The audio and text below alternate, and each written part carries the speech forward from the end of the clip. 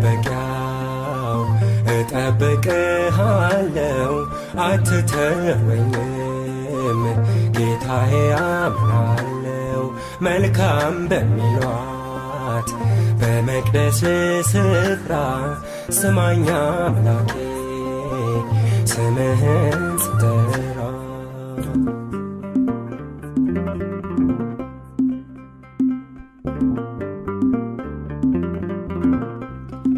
ጨለማው ቢያይል ዘመኑን ቢከፋ ባንተ በአምላኬ ነኝ አልቆርጥም ተስፋ በሥጋ